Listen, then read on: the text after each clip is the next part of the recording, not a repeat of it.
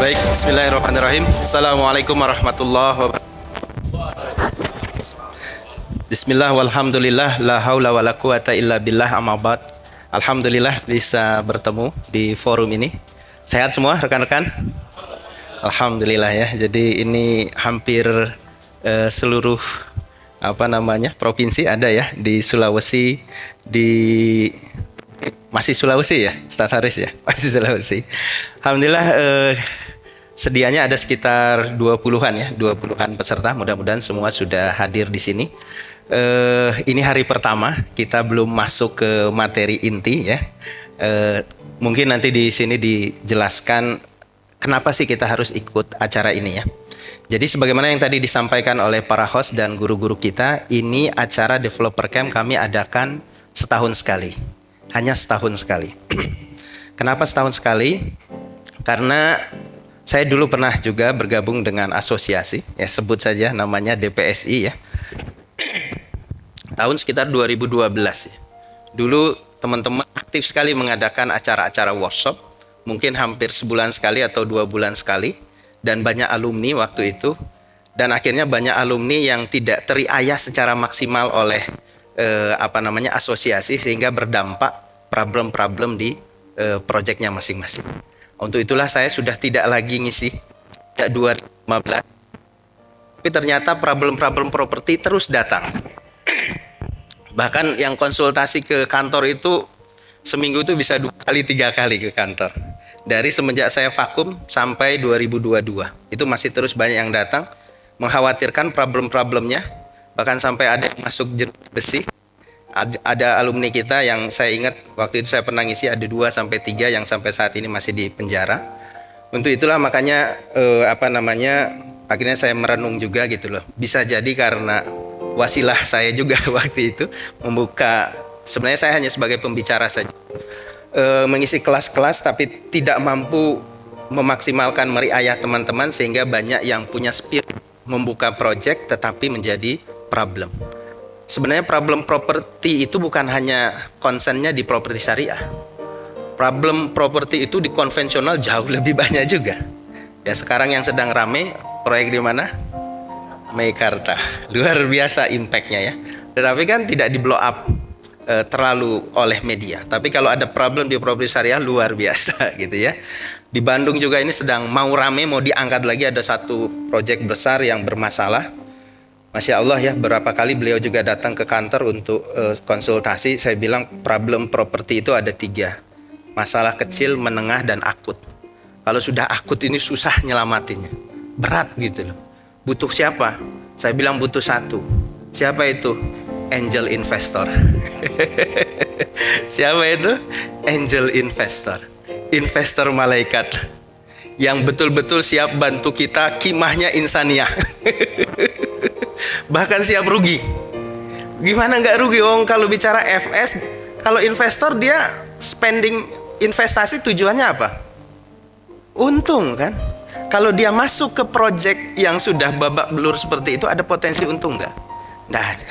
Jangankan balik modal, pasti rugi. Maka ini butuh karakter angel investor. Nah, antum cari itu angel investor. Kalau ketemu antum datang lagi ke sini. Nah, itu susah. Kalau problemnya sudah akut seperti itu. Nah, ini beberapa teman-teman saya kenal, Windy juga ya, pernah ketemu di Makassar, tetapi kelas yang berbeda ya Bu ya, kelas konstruksi. Kalau kelas konstruksi saya ngajain, saya ngisi hampir sebulan sekali, kadang 2 bulan sekali. Kalau kelas developer saya tidak mau, saya hanya setahun sekali. Karena kalau kelas konstruksi sasarannya adalah di samping kontraktor juga tim tekniknya developer. Nah, di sini ada beberapa kontraktor, ini ada Kang Hari juga di kontraktor juga.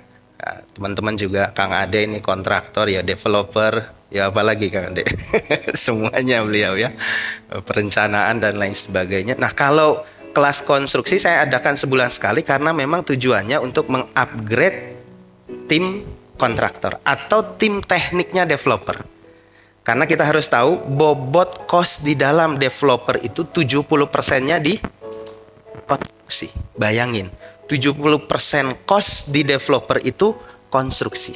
Kalau kita tidak expert di konstruksinya, ini problem besar.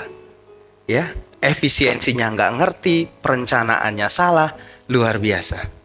Nah itu makanya saya mengadakan kelas konstruksi itu hampir sebulan sekali, sasarannya di samping kontraktor juga tim tekniknya developer. Karena banyak juga tim teknik developer tidak expert.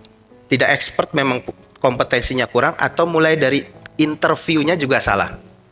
Ya, KPI to di listnya tidak jelas sehingga kita meng-hire orang yang tidak tepat.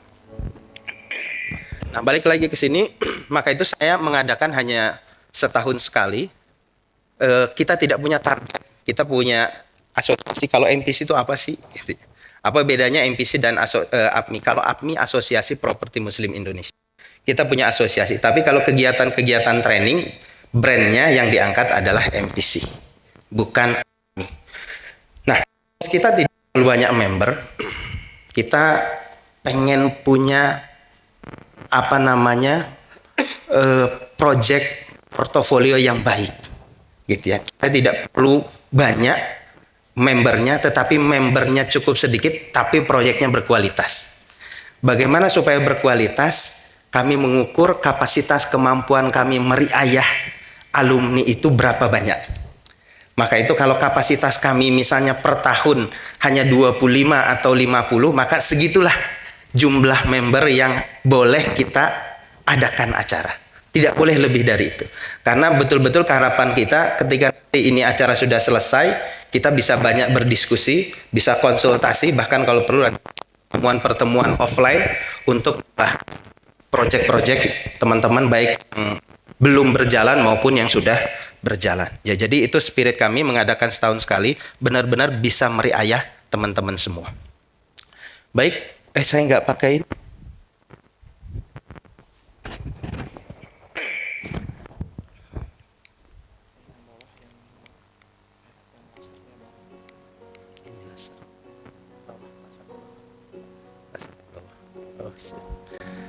Ya,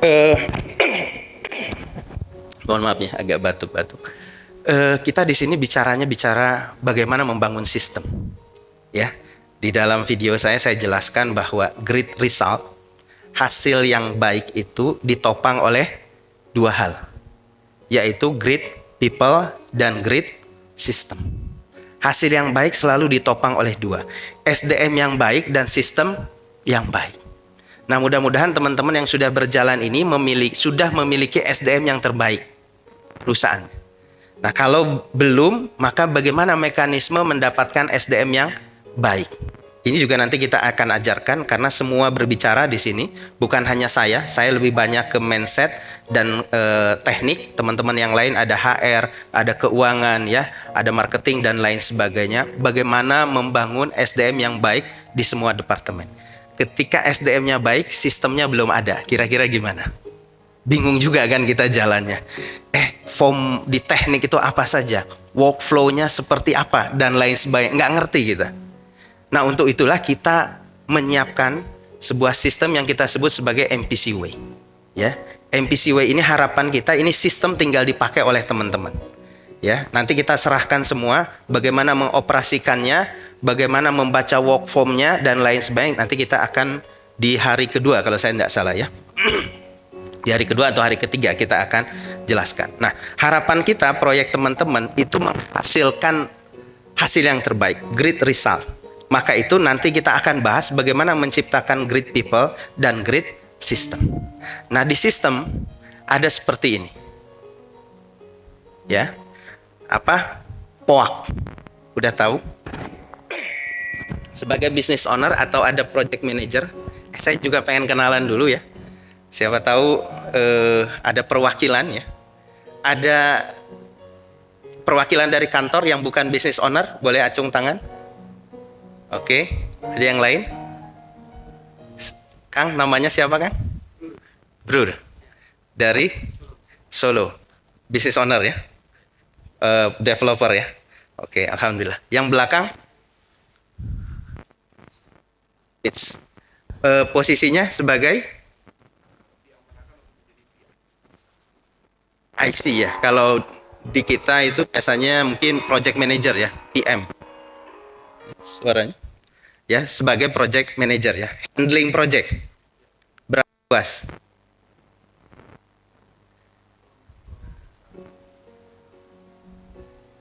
2 hektar. Oke. Di atas Kang Hafidz ada BOD, ada owner?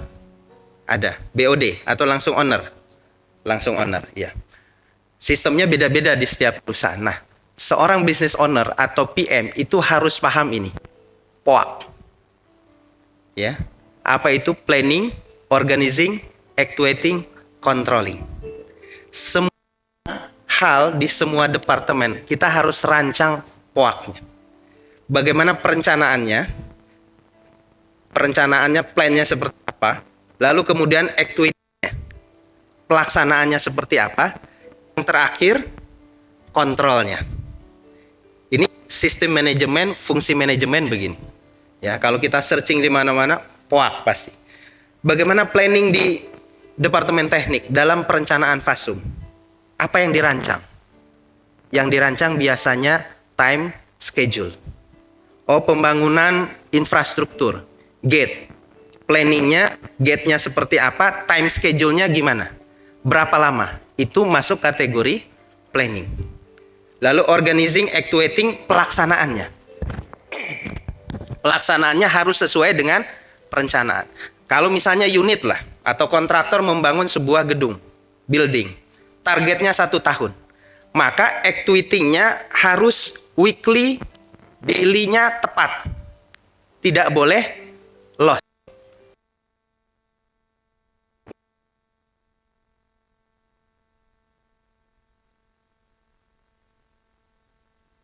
Ya. Nah, biasanya plan pas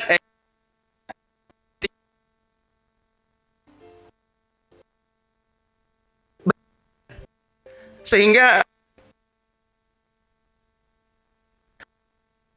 sesuai kontrak bisa jadi tidak terjadi great result. Maka di semua apa fase kemarin kita harus punya ada 4.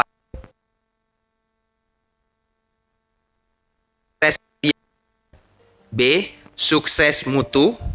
M,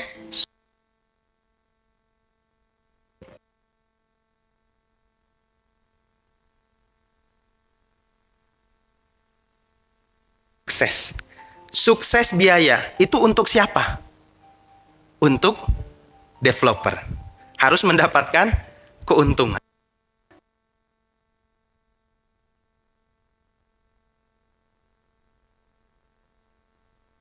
Dan sukses juga untuk konsumen sesuai dengan perencanaan dan zero defect. Tidak ada komplainan yang berarti, zero accident, tidak ada kecelakaan yang berarti dan lain.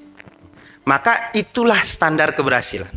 Goals-nya harus jelas. Kita mau ngapain? Yang disebut dengan berhasil itu apa? Oh, berhasil kalau konsumen puas. Oke, ada profit enggak? Enggak ada sih, Kang. Project, kalau konsumen puas, kitanya nggak dapat apa.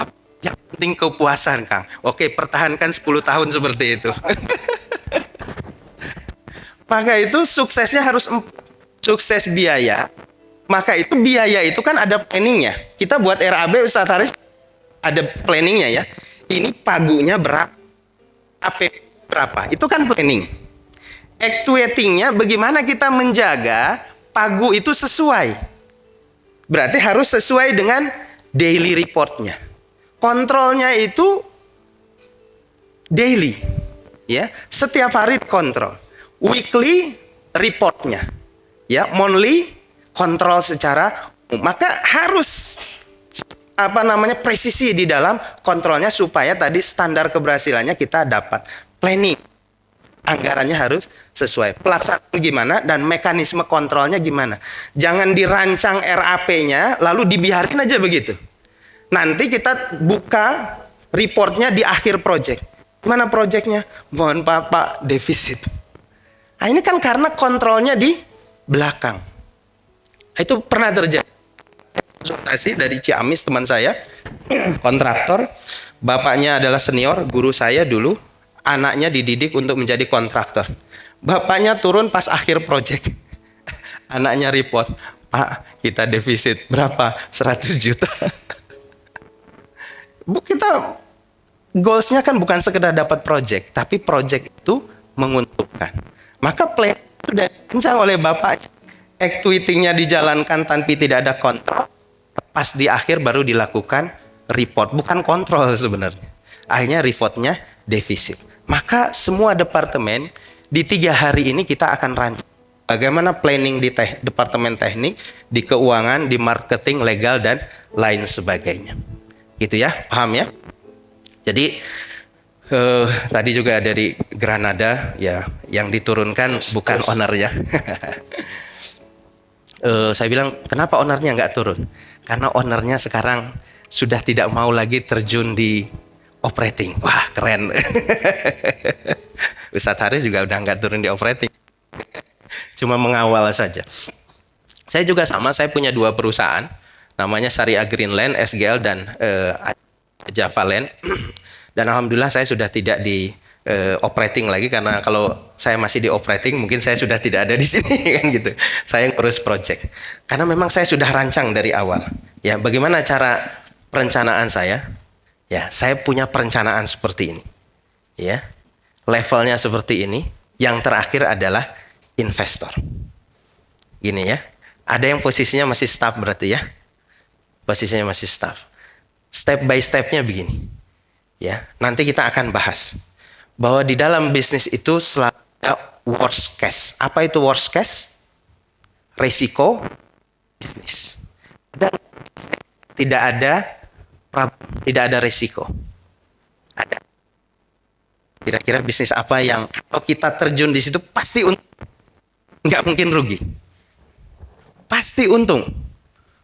Tidak ada potensi rugi. Ada? Ganti itu. Siap.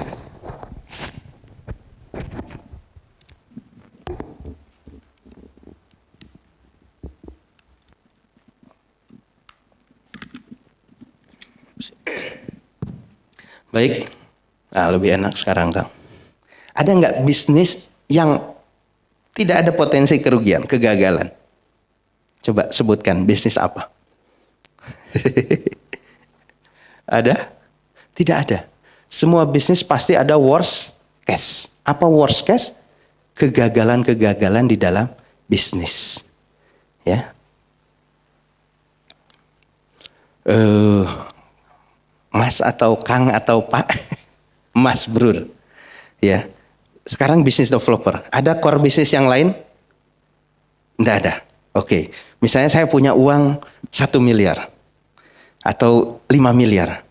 Mas, ini saya ada 5 miliar. Karena posisi saya misalnya sudah di investor. Kalau karakter investor, itu sudah tidak mau lagi turun di operating. Yang benar-benar investor ya. gitu ya. Maka dia udah nggak mau di operating. Cuma dia ingin spend dananya. Kan begitu loh. Pasti dia akan mencari pengelola yang proven. Ya, punya pengalaman. Ini saya punya 5 miliar, bisa nggak tolong bantu saya, kita bisnis di pertambangan. Ini saya kasih modal 5 miliar. Berani nggak Mas? Nggak tahu ilmunya apa. Worst case di pertambangan itu apa nggak ngerti. Apa worst case di pertambangan? Dari sisi legal. Perizinan yang dibutuhkan harus dikantongi apa? Nggak asal datang, ngeruk, pas dia ngeruk ada polisi melakukan pemeriksaan. Mas Bro, perizinannya apa? Oh, saya sudah ada akte pendirian PT, Pak. Tidak cukup itu. Kan gitu, dari sisi legal. Nanti kita bicara worst case di properti itu apa? Itu ya. Maka itu tidak ada bisnis yang tidak ada resikonya. Maka kalau saat ini kita posisinya masih di staff, kita harus menetapkan goals. Kapan kita jadi business owner? Kalau sudah jadi business owner, kapan kita pada posisi investor? Ya, katanya ini puncaknya posisi. Kalau investor sudah tidak lagi bekerja, uang bekerja buat dia. Nah, tinggal dia ibadah saja, dakwah saja, kan begitu. Tapi dia butuh pengelola yang proven, yang profesional. Kalau nggak proven, bahaya juga investasinya. Maka itu ini yang harus kita pelajari. Kalau staff mau jadi business owner, tetapkan berapa tahun saya akan menjadi business owner. Maka apa yang harus dia perhatikan, dia pelajari semua sistem, bisnis prosesnya, keuangannya, legalnya, HR-nya, strategi marketingnya gimana. Karena dia punya goals mau jadi business owner. Dia harus kerja extraordinary. Kalau dia sudah jadi business owner, ya paling enak itu investor. Maka itu dia harus merancang sistem sehingga bisnisnya bisa autopilot. Kita bisa ke sini, sudah tidak lagi mikirin bisnis kita karena sistemnya sudah bekerja. Harapan saya di sini adalah para pengusaha, bukan pedagang. Apa beda pengusaha dengan pedagang? Kalau pengusaha, dia sudah berpikir merancang sistem karena autopilot harapannya bisnis. Kalau pedagang, tidak ada dia di tokonya, di perusahaannya tidak jalan. Gitu ya. Itu perbedaan pedagang dan pengusaha. Misalnya dia punya apa? Toko, gede tokonya. Omsetnya sehari 10 miliar. Ada itu langganan toko saya. Wah, tokonya gede banget. Tapi kalau si engkoknya nggak ada, tutup. Kalau engkoknya sakit, tutup. Karena betul-betul mengandalkan dia. Itu sebesar-besarnya bisnis, karakternya masih pedagang. Karena dia nggak bisa jalan-jalan. Dia tidak bisa menikmati hasilnya. Kalau dia liburan, bisnisnya tutup. Nah, kalau pengusaha beda.